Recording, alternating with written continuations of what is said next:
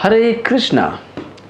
आज की वीडियो में एक हम विशेष जानकारी देने वाले हैं कि भगवान कृष्ण 108 प्रकार की गायें किस प्रकार से चराते थे। जी हाँ, आपने सही सुना। भगवान कृष्ण की जो गायें थीं वो तो असंख्य थीं, लेकिन उन गायों के जो रंग, रूप और प्रकार थे वो 108 प्रकार के थे। प्रायः लोगों को ऐसा ही मालूम है कि 2-3 रंग ही होते हैं, एक सफ़ेद, एक काला और एक कपिला। लेकिन भगवान कृष्ण जो गायें चराया करते थे उनके रंग विशेष रूप से 4 प्रकार के थे। एक तो पीला, दूसरा लाल, सफ़ेद और काला।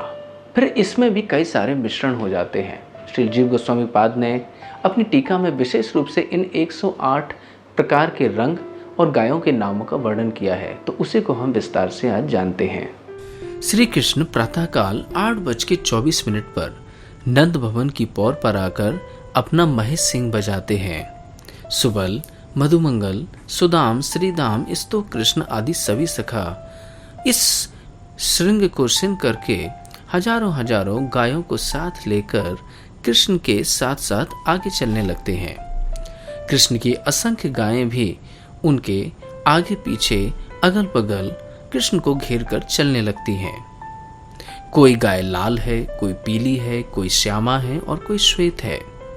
फिर कृष्ण दोपहर में काम्यवन पहुंचकर वहीं भोजन थाली पर अपने सखाओं के साथ भोजन करते हैं। फिर गोवर्धन की गुफा में जाकर कुछ समय विश्राम करते हैं। गोवर्धन कठोर नहीं है। कृष्ण और सखा के आते ही गोवर्धन उन्मादित, हर्षित हो जाते हैं और वे गोवर्धन नवनीत मक्खन से भी अधिक कोमल हो जाते हैं। इसके प्रत्यक्ष प्रमाण आज भी दिखते हैं। गोवर्धन के ऊपर कृष्ण एवं सखियों के चरण चिन्ह, गायों के चरण चिन्ह आज भी विद्यमान हैं और उनको यथारूप में देखा जा सकता है। फिर अपराह्न काल में भगवान कृष्ण एवं सखी सखा उठते हैं। फिर कुछ देर खेल कूद, कुश्ती इत्यादि करते हैं। फिर अंत में यमुना जी में सभी ग्वाल जल क्रीड़ा करते हैं। यमुना जी कृष्ण को खुद एक सुंदर कमलकली की माला पहनाती हैं। अब गोधूली वेला आ चुकी है, जिस समय भगवान कृष्ण समस्त गायों को लेकर के नंदगांव में वापस आते हैं। संध्या होते ही सखा कहते हैं, कृष्ण हमारी बहुत सी गायें तो बहुत दूर निकल गई हैं। पता नहीं, मैं तो बुला बुला के इनको थक गया हूँ, लेकिन वो तो आ ही नहीं रही हैं। कृष्ण सखा से कहते हैं, चिंता मत करो, मैं अभी बुला देता हूँ। कृष्ण एक कदम के वृक्ष के नीचे ऊंचे से टीले पर खड़े होकर अपनी बंसी निकालते हैं और बंसी में से अपनी अपनी गायों के नाम बुलाने लगते हैं। भगवान कृष्ण के पास जो बंसी है वो 31 अंगुल की बंसुली बंसी है। उसको जैसे ही अपने अधरों पर रखकर एक एक गायों का नाम बुलाते हैं, वह गाय अम्मा अम्मा ध्वनि करते हुई पूंछ ऊपर उठा करके लहेड़े पेलती हुई भगवान कृष्ण के पास आ जाती है और कृष्ण के चरणों का लेहन करने लगती है, चाटने लगती है। इस प्रकार से भगवान कृष्ण के पास भी 108 मोतियों की एक माला है, जिसको वह नित्य प्रति जपा करते हैं। एक एक गाय का नाम बुलाते जाते हैं और एक एक मोती सरकाते जाते हैं। सबसे पहले भगवान कृष्ण बुलाते हैं हंसी, चंदनी, गांगी, गौरी, मुक्ता। इस प्रकार से श्वेत रंग के 5 रंग होते हैं। इन 5 के 5 भेद होकर 25 प्रकार की गायें हो जाती हैं।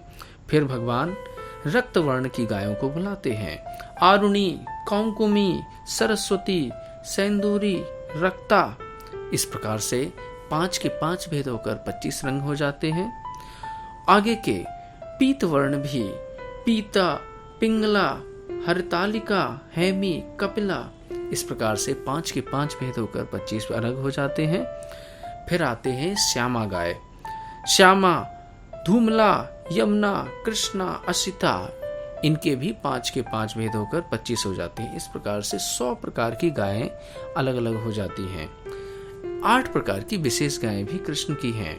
तिर्यक तिलका, चित्र तिलका, चित्रता, दीर्घ तिलका, मृदंगमुखी, अजामुखी, महिषीमुखी और सिंहमुखी।